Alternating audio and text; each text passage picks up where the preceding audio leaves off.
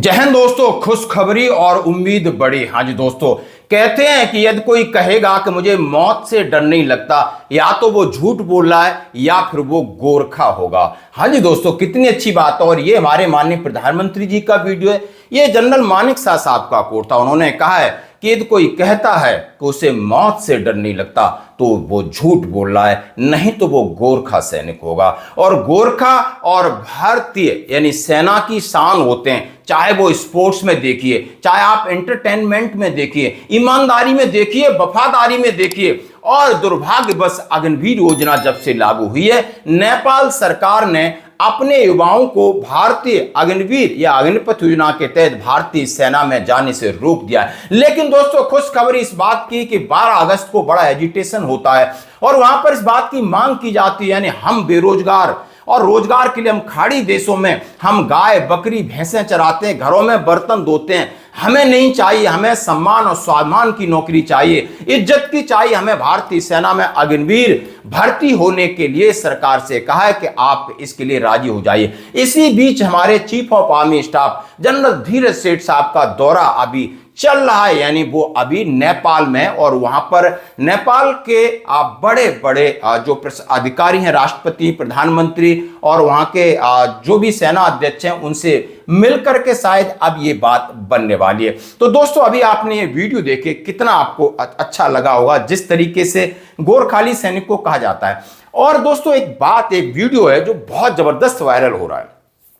जोश, जज्बा और जुनून का जो परिचय बच्चों ने दिया है वो गोरखाली है। वो किस तरीके से गोरखाली धुन के ऊपर अपनी स्वतंत्रता दिवस की परेड कर रहे हैं और किस तरह ड्रिल कर रहे हैं, ये वीडियो मिलियंस लोगों ने देखा। लोग खड़े होकर ताली बजा रहे हैं और इनका अंदाज देखिए। हमेशा जो काम करते हैं तो फाड़ के करते हैं, फिर निडर होके करते हैं तो करते हैं, और एंजॉय करते हैं तो जबरदस्त करते हैं। और हमारे भारतीय सेना की मतलब बहुत बड़ी कहते हैं बहुत बड़ी ताकत है गोरखा सैनिक, इसमें कोई दो राय नहीं। यदि आप पूर्व सैनिक हैं, भले आप उनके साथ न रहो, लेकिन आपने जीआर पलटन का देखा होगा, उनका खाने का तरीका देखा होगा, उनके बैंड देखे होंगे, उनके स्पोर्ट्स देखे होंगे, तो आपको याद आ गई होगी। ऑपरेशंस की बात तो सभी कहते हैं, मैं ये बात कह रहा हूं।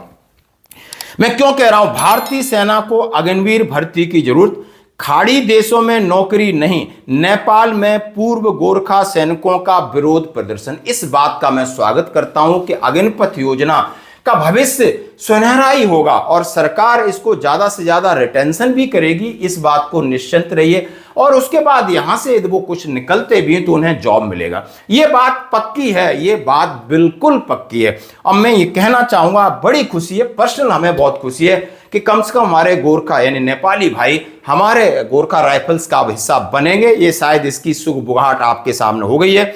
अब मैं कह रहा हूं कि पूर्व गोरखा सैनिकों, उनके समर्थक में नेपाल के पोखरा शहर में विरोध प्रदर्शन किया गया। अग्निपथ योजना के तहत भारतीय सेना में नेपाली युवाओं की भर्ती फिर से शुरू करने की मांग वहां से उठी है। नेपाली नागरिक ब्रिटिश भारतीय सेना में, भारत की स्वतंत्रता के बाद भारतीय सेना में सेवा दे चुके हैं, लेकिन 2020 से नेपाली युवाओं की भर्ती बाधित है।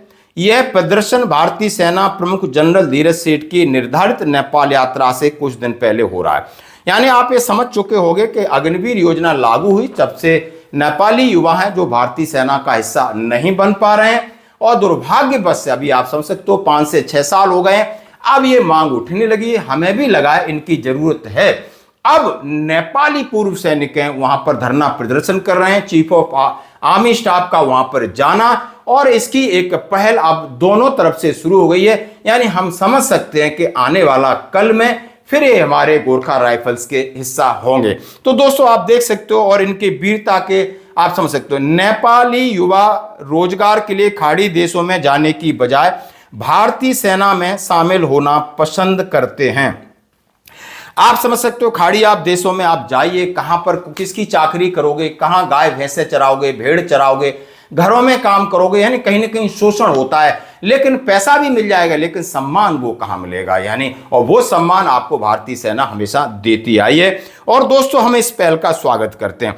अग्निवीर कहला, हाँ अभी इसके बाद आगे की जो रिपोर्ट है आप समझ सकते हो, उसमें कहा जा रहा है कि अग्निवीरों का भविष्य उज्जवल होगा। मैं इंडिविजुअल की बात कह सकता हूं और मैं उम्मीद करता हूं कि ये लगभग 70 से 75% परमानेंट होंगे, बिल्कुल होंगे, कॉन्फिडेंस के साथ कह रहा हूं। जितनी रिपोर्ट्स आ रही है और रिपोर्ट में कहीं ना कहीं इस बात के संकेत आराम से मिल रहे हैं कि नहीं, अब सरकार कोई रिस्क नहीं लेगी, पंगा नहीं करेगी, गड़बड़ हो जाएगी। कांग्रेस वैसे भी बहुत हमलावर है सरकार के ऊपर। अब सरकार कहीं ना कहीं बैकफुट में है इसको लेकर के। मैं आराम से कह रहा हूं, सरकार ने कभी ये नहीं कहा कि मैं अग्निपथ योजना ला रहा हूं या मैंने बहुत बड़ा अचीवमेंट है, बिल्कुल ठंडे बस्ते में रखा है और वो ठंडा बस्ता भारतीय सेना को सौंप दिया है, और ताकि वो अपना बच जाएंगे और कह देंगे यानी तीनों सेनाओं से रिकमेंडेशन आई है और सेना इनकी इंपॉर्टेंस समझते करती है।